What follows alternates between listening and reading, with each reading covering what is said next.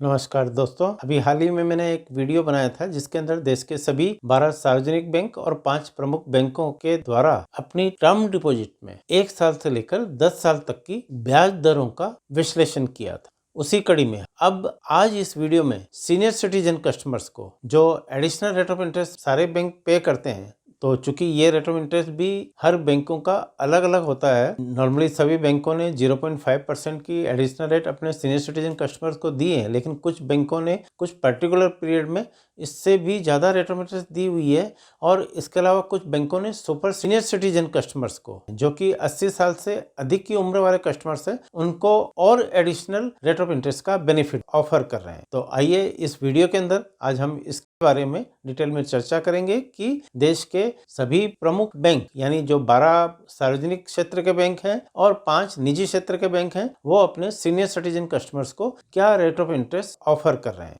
तो फ्रेंड्स, अब हम स्क्रीन पर नजर डालते हैं और 7 दिसंबर 2022 को आरबीआई ने अपनी रेपो रेट में 35 बेसिस पॉइंट्स की वृद्धि करी। उसके बाद जिन बैंकों ने अपनी रेट ऑफ इंटरेस्ट रिवाइज करी है वो रेड इंक में मेंशन की हुई है।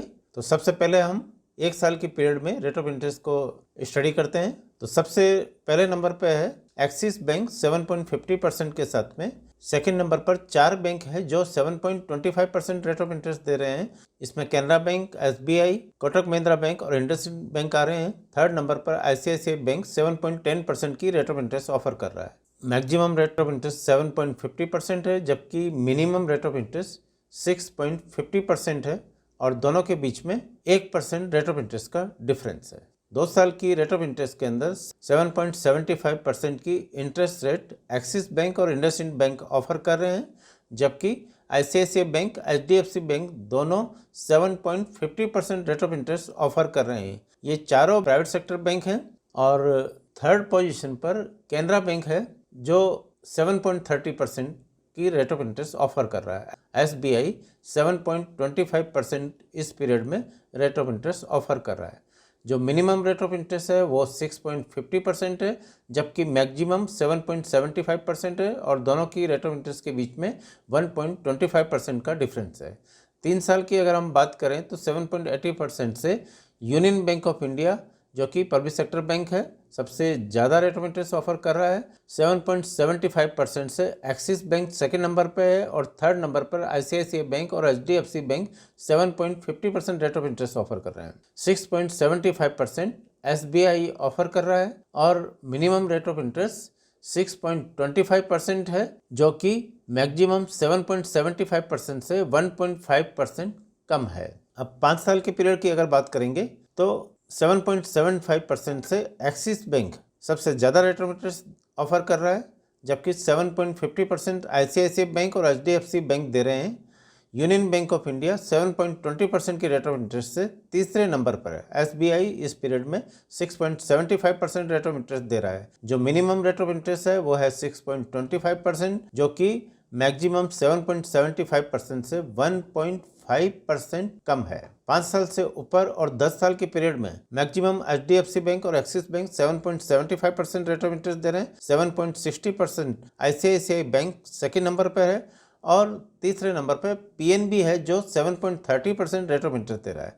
एसबीआई इस पीरियड पे 7.25% रेट ऑफ इंटरेस्ट दे रहे हैं और मिनिमम रेट ऑफ इंटरेस्ट 6.25 है, जो कि मैक्सिमम 7.75% से 1.5% कम है। अब हम बैंकों की स्पेशल पीरियड की रेट ऑफ इंटरेस्ट के बारे में बात करते हैं। तो बैंक ऑफ इंडिया और पंजाब नेशनल बैंक, ये दोनों पब्लिक सेक्टर बैंक है जो 7.75% रेट ऑफ इंटरेस्ट दे रहे हैं। बैंक ऑफ इंडिया 555 दिन के लिए और पीएनबी 601 दिन के लिए और 7.50% के साथ में 3 बैंक है जो सेकंड नंबर पे है। कैनरा बैंक 666 दिन के लिए दे रहा है, पंजाब एंड सिंध बैंक 601 दिन के लिए दे रहा है और कोटक महिंद्रा बैंक 23 महीनों के लिए दे रहा है। एसबीआई की कोई इस तरह की स्पेशल पीरियड की रेट ऑफ इंटरेस्ट नहीं है। इसके अलावा 4 बैंक ऐसे हैं जो सुपर सीनियर सिटीजन, जो कि 80 ईयर्स से अधिक के सीनियर सिटीजन, उनमें 2 बैंक पंजाब नेशनल बैंक और यूनियन बैंक ऑफ इंडिया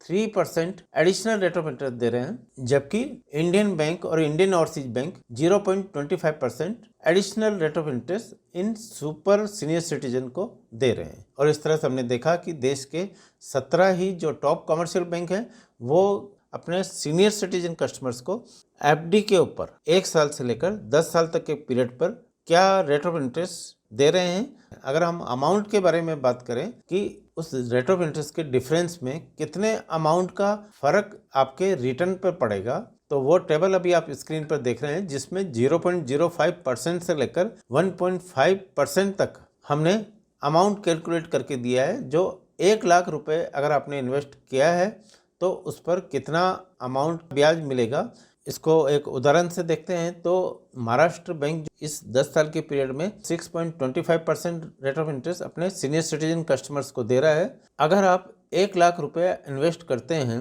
और इसको हम HDFC बैंक से कंपेयर करते हैं जो कि 7.75% 10 साल के पीरियड में दे रहा है, HDFC में महाराष्ट्र बैंक के कंपैरिजन में 16,151 रुपये ज़्यादा मिलेंगे। ये 1 लाख रुपए के इन्वेस्टमेंट पर कैलकुलेट किया है, लेकिन अगर आपका अमाउंट 10 लाख है तो यही अमाउंट 1,61,510 रुपये हो जाएगा। तो दोस्तों हमने देखा कि सीनियर सिटीजन कस्टमर्स को ये सभी बैंक एफडी पर क्या रेट ऑफ इंटरेस्ट ऑफर कर रहे हैं और इन बैंकों के द्वारा दी जाने वाली रेट ऑफ इंटरेस्ट में एक बैंक से दूसरे बैंक के कंपैरिजन में कितना फर्क है। इसके अलावा आपने ये भी देखा कि इस रेट ऑफ इंटरेस्ट के फर्क से जो 1 लाख रुपए के ऊपर इंटरेस्ट का जो कैलकुलेशन किया उससे इन कस्टमर्स को दिए जाने वाले ब्याज में कितना फर्क पड़ सकता है। मैं उम्मीद करता हूं कि आपको ये वीडियो अच्छा लगा होगा। आपकी कोई भी क्वेरी और डाउट है तो आप मेरे को कमेंट बॉक्स में मेंशन कर सकते हैं और जल्दी ही मैं एक और नए वीडियो के साथ में आपसे फिर मुलाकात करूंगा।